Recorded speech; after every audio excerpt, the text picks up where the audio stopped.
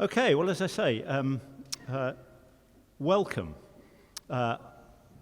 We've got a very packed agenda, very packed, you'll see. So first thing to say is, I'm afraid I'm going to be really ruthless with all the speakers. So I will give plenty of warning, and then I will cut you dead, I'm afraid. Because this is partly about hearing some really interesting speakers, but of course it's also about networking. We've got some amazing people in this room, and what I would encourage all of you to do is to talk to those people. Forest plastics. We got involved a few years ago now. My own organisation came to this through the fact that we've been helping other people plant trees in the Yorkshire Dales for 25 years now, and we always said we're really proud of the fact we've helped plant 1.5 million trees in the Dales. Not quite so proud of the fact we've put 1.5 million horrible plastic tubes out in the Yorkshire Dales. And I have to say, although this had concerned me at times, it was really our trustees, led by our chair, Karen Cowley, who's here today, who really put pressure on us to say, come on, we must be able to do better than this. So, okay, well, let's contact the big boys, find out how we do it better. Took it a long story short, talking to all the players, the Forestry Commission, National Trust, all the people in this room, if there was a simple answer, somebody would be doing it already. And so from that, the journey started, I suppose, and here we are now with the National Forest Plastics Working Group. There isn't a simple answer to this, and I think the other thing is that once you start thinking about the simple idea of do we put a plastic tube on a tree, you start getting into all sorts of interconnected issues, don't you?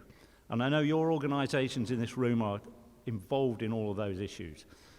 What I would say is we've got a room full here of really good people who are trying to do the right thing.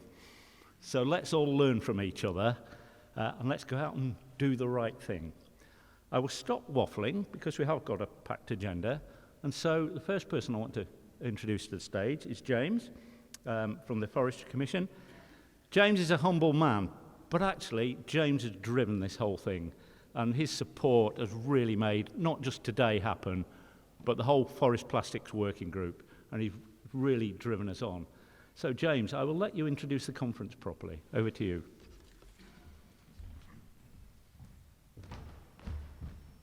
That's very kind, but I don't know if it's true. Welcome and thank you everyone for coming. A huge thanks goes to Mike Appleton for organising today and organising us today, and the Yorkshire Dales Millennium Trust, and also Richard from Confederation of Forest Industries. If you're here, I think I saw you earlier.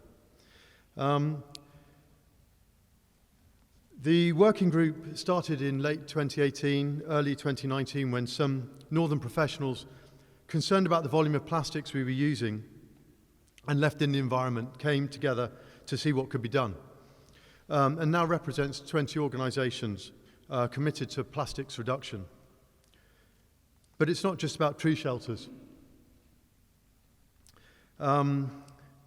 We've delivered the following outputs. We've raised £250,000 for an independent tree shelter trial, which we initiated.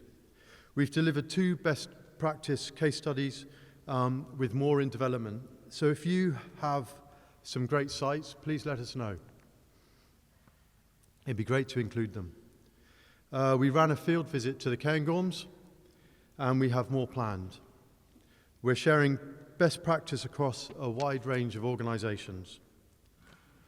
Written by 7 authors with 24 reviewers, all experts in their fields, we produced a new collaborative document reducing the use of plastic in woodland and amenity planting, and that's available here today. These outputs are remarkable, given the difficulties we've had working under COVID, and reflect a genuine and collaborative drive to address the challenges we face. The waste hierarchy guides us to prevent, reduce, reuse, recycle, recover, and then dispose of materials at the end of their useful life. So are plastics and bioplastics necessary? There are strong concerns regarding the extent to which plastics marketed as biodegradable actually biodegrade in the open environment. Biodegradable and compostable plastics are inherently single-use and not exempt from government policies aimed at reducing the use of single-use plastics. This is a view of the Chief Scientific Advisor to DEFRA. Tree shelters and guards used correctly are effective, but how can we ensure a circular economy and no pollution if plastics are lost in storms, floods, neglected and left on site, as too often they are? Just check I'm on the right slide. There's nothing new under the sun. For over 1,000 years, we've used fences to grow and protect broadleaves with large populations of herbivores in the landscape, including deer. The sporadic and scattered regeneration seen here was achieved without fencing through a multi-million-pound commitment to deer population reduction across 30,000 hectares over 20 years. Is this replicable or satisfactory across the UK?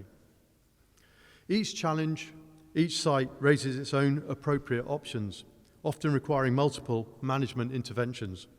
Silviculture, science, ethics can help us make good choices, and I'm really looking forward to learning more and hearing from a fantastic range of speakers we have for you today. Thank you very much.